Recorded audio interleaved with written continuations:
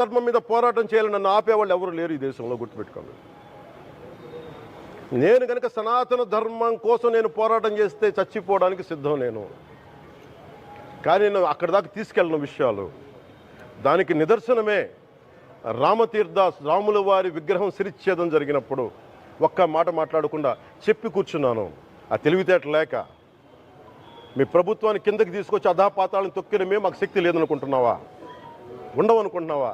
కానీ మేము సమాజాన్ని కలిపి ఉంచాలని వ్యక్తులం తప్ప విడగొట్టాలని వ్యక్తులం కాదు మేము, గుర్తుపెట్టుకోండి.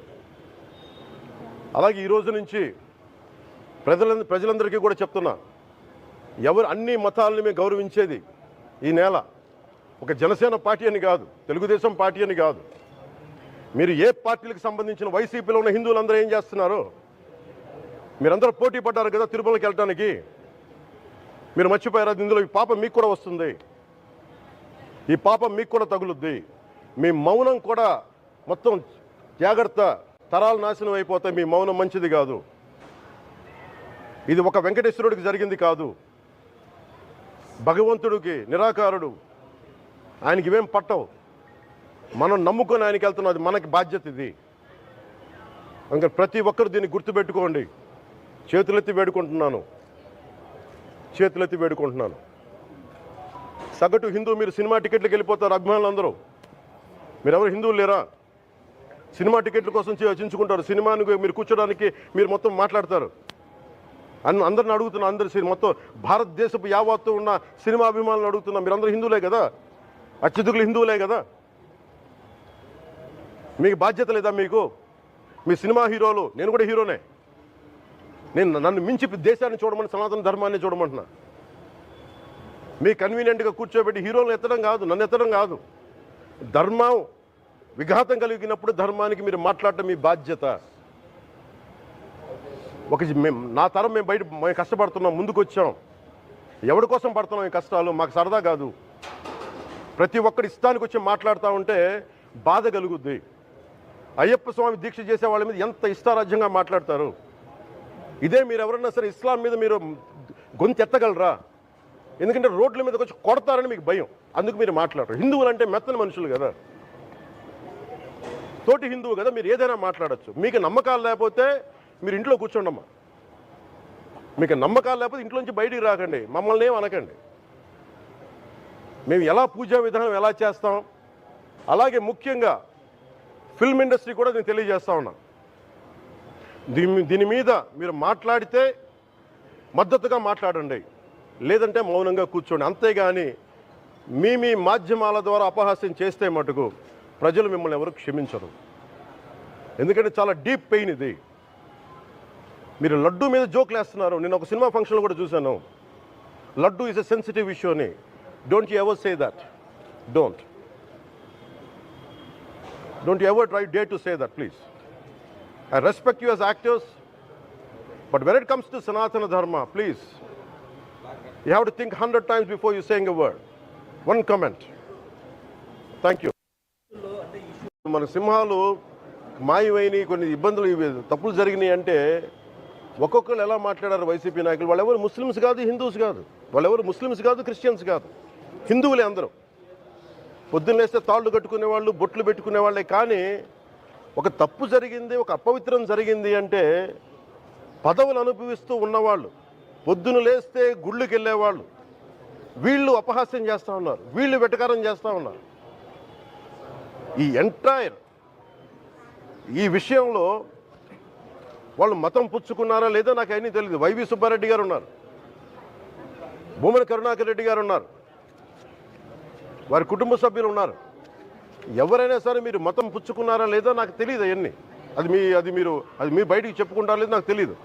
నేను అది కూడా మాట్లాడట్లా. కానీ మీరు బాధ్యత తీసుకున్నారు. మీరు హైందవ ధర్మాన్ని కాపాడుతానని మీరు బాధ్యత తీసుకున్నప్పుడు కాపాడాల్సిన అవసరం మీ మీద ఉంది. బోర్డుని మీరు స్థాపించారు, మేము స్థాపించాల. తప్పులు జరిగినాయి. తప్పులు జరిగితే వైఎస్ జగన్ గారు ఏం చెప్పాలి? ఒకవేళ నాకు తెలియకుండా మేము ఆయన బ్లేమ్ చేయట్లా, కానీ మీ ఆధ్వర్యంలో జరిగింది, మీరు కాన్స్టిట్యూట్ చేసిన బోర్డు వల్ల జరిగిన తప్పిదాలు ఇవి, మేము ఇవి కనుగొన్నాం. ల్యాబ్ టెస్టులు ఇవన్నీ మేము ఆటలాడతామా? ఇవన్నీ బాధ్యత లేదా? కనుక చాలా బలమైన సనాతన ధర్మాన్ని పాటించేవాడిని. దాకా మా ఇంట్లో రామనామం ఉండేది, రామ జపం ఉండేది మా ఇంట్లో. అలాంటి రామభక్తులం మేము. కానీ రామతీర్థం విగ్రహాన్ని, రాముడి విగ్రహాన్ని శిరచ్ఛేదం జరిగినప్పుడు ఒక సగటు సనాతనవాదిగా, సగటు హిందువుగా బయటకు వచ్చి చాలా గొడవలు చేయగల సత్తా ఉన్నవాడిని గుర్తుపెట్టుకోండి. ఇది ముఖ్యంగా వైసీపీ నాయకులకి, నన్ను విమర్శించే దేశ యావత్తు నన్ను విమర్శించే ప్రతి ఒక్కరికి తెలియజేస్తున్నా. గొడవ పెట్టుకోవాలంటే చాలా బలంగా గొడవ పెట్టుకోవాలి. కానీ నాది పేదవాళ్ళ కష్టాలు, క్రిమినలైజేషన్ ఆఫ్ పాలిటిక్స్, వీటి మీద మేము మాట్లాడతాం, వీటి మీద తప్పించాం. ప్రజలు బాగుండాలి, కాన్స్టిట్యూషన్ వాల్యూస్ని అప్హోల్డ్ చేయాలి, రాజ్యాంగం బాగుండాలి, వీటి కోసం తపన పడేవాళ్ళు. కానీ సెక్యులరిజం పేరు మీద, secularism is not one way, it's two way. Secularism అంటే కూర్చోబెట్టి ఒక్క సైడ్ నుంచి వచ్చేది కాదు, అన్ని సైడ్ నుంచి రావాలి. ఇది చాలా ఆవేదన కలిగిస్తుంది. కొన్ని దశాబ్దాలుగా చూస్తున్నారు ప్రతి హిందువు. దీంట్లో మిగతా మతాల ప్రస్తావన కంటే కూడా నేను ఎక్కువ ప్రస్తావన చేస్తుంది హిందూ ధర్మాన్ని పాటించి, వాళ్ళు వ్యక్తిగతంగా పాటించి బయటకు వచ్చేటప్పటికి మీడియా వారి కోసమో లేదంటే ఇంకొంత ఎవరైనా సాటిస్ఫై చేయడం కోసం తెలియదు, కానీ సాటి హిందువులు తోటి హిందువులను తిడతా ఉన్నారు. ఇది చాలా ఆక్షేపణీయం. దీంట్లో నేను ముస్లిమ్స్ నిందించట్లా, అది క్రిస్టియానిటీ నిందించట్లా, కానీ బాధ్యత తీసుకున్న హిందువుల్ని నేను నిందిస్తున్నాం. బాధ్యత మీది. మీరు యథాలాపంగా వచ్చి ఇది పొలిటికల్ పదవులు, విగ్రహాలు పోతే మేము ఇల్లు కట్టుకుంటాం, వాకిళ్ళు కట్టుకుంటాం, ఏం మాటలవి? ఇదే మీరు మస్జిద్లో జరిగితే మాట్లాడతారా? మస్జిద్లో ఇలాంటి అపవిత్రం ఒక చిన్నపాటి చోరీ జరిగితే ఇలాగే మాట్లాడతాం. ఎందుకంటే మీరు మాట్లాడరు, ఓట్లు కదా అక్కడ. కానీ హిందువులు మాట్లాడితే హిందువులు అందరికీ ఎవరు పట్టించుకోరు. ఇక్కడ మా వేదన ఉండదా? మౌనంగా ఉన్నామంటే బాధ లేదనా? కోపం రాదనా? ఈ రోజుకి కూర్చొని చూడండి ఏం మాట్లాడుతున్నారో వాళ్ళు.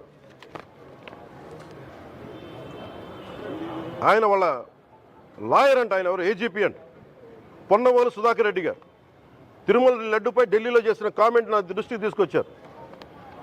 ఇలాంటి సెన్సిటివ్ సమయాల్లో ఎయిదర్ మౌనం మంచిది, మౌనం దాటి పొగరుగా మాట్లాడటం, నన్ను పచ్చి బూతులు తిట్టినా, నన్ను వక్రీకరించినా, నన్ను రోడ్డు మీదకి లాగిన నేను ఎప్పుడు మౌనంగానే ఉన్నా. కానీ వైసీపీని నాయకులు, విమర్శించే నాయకులు ప్రత్యేకంగా చెప్తున్నాం, సనాతన ధర్మాన్ని జోలికి రాకండి.